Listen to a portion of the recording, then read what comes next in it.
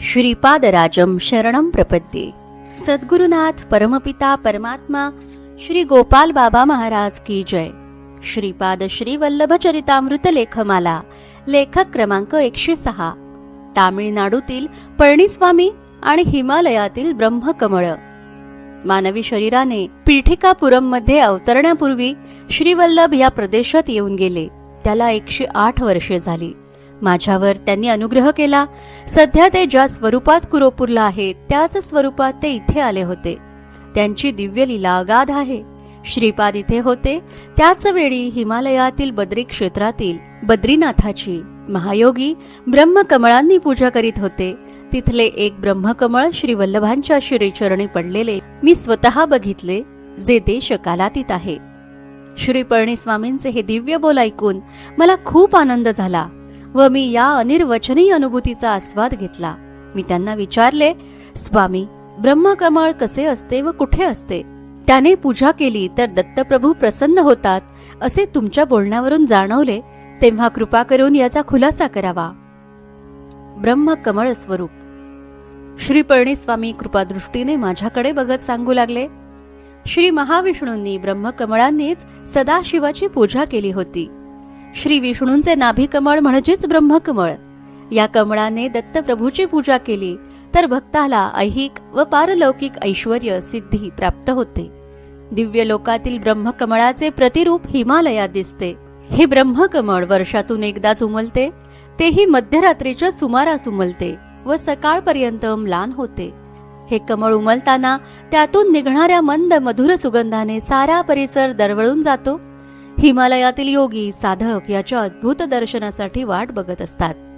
शरद ऋतूपासून ते वसंत ऋतूपर्यंत हे बर्फात दबलेले असते। चैत्र शुद्ध प्रतिपदेपासून हे बर्फातून बाहेर पडते। ग्रीष्म ऋतूत त्याची वाढ होते। अमरनाथाच्या अमरेश्वर हिमलिंग दर्शनापर्यंत म्हणजे श्रावण पौर्णिमेपर्यंत याचा पूर्ण विकास होतो। भाद्रपदात ही कमळे फुलू लागतात। निसर्गाची ही अद्भुत लीला अजूनही चालली आहे। ब्रह्मकमळाच्या दर्शनाने समस्त पाप नाहीसे होते, संकटे टळतात। त्याच्या दर्शनाने साधक योगी उन्नत स्थितीला पोहोचतात। ईश्वर कृपेने भाग्यवंतांना याचा दर्शन लाभ होतो।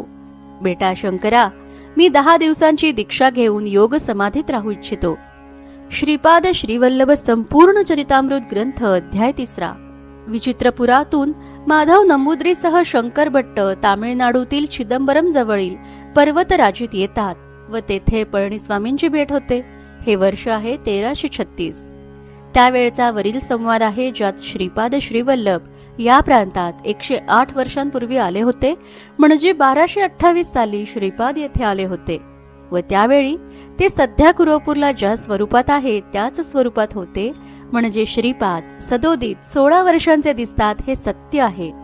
म्हणून श्रीपाद श्रीवल्लभ अष्टोत्तर शतनामावलीमध्ये श्रीपादांचे एक नाव आहे ओम नित्य षोडश वर्षाय नमः। तसेच 1228 सालाला अजून एक पुष्टी मिळते, ती अशी की 1319 साली महालय अमावस्येला दत्तप्रभूंनी अवधूत रूपात सुमती महाराणींकडून भिक्षा स्वीकारली। तेव्हा सुमती महाराणी म्हणाल्या की मला वडीलधाऱ्यांकडून समजले आहे की दत्तप्रभू 100 वर्षांपासून श्रीपाद श्रीवल्लभ रूपात दर्शन देत आहेत। 100 वर्षांपासून म्हणजे 1219 पासून। पिठापुरातील कुरोपुरातील श्रीपादांचा जन्म, लीला, चरित्र, गुरुद्वादशीला गुप्त होणे हे सर्व लौकिक अर्थाने आहे। कारण चरित्र म्हटले की ते जन्म आणि तिरोधान या 2 सीमेत बांधावे लागते आणि पळणीस्वामी म्हणतात की श्रीपाद जन्मले तरच तिरोधनाचा प्रश्न येतो। म्हणूनच चरितामृतात म्हटले आहे की श्रीपाद सृष्टीपूर्वी होते, सृष्टी असताना आहेत व सृष्टी नसतानाही असणार आहेत। हिराचंद गोपालचंद कोठारे। दिगंबरा दिगंबरा श्रीपाद वल्लभ दिगंबरा।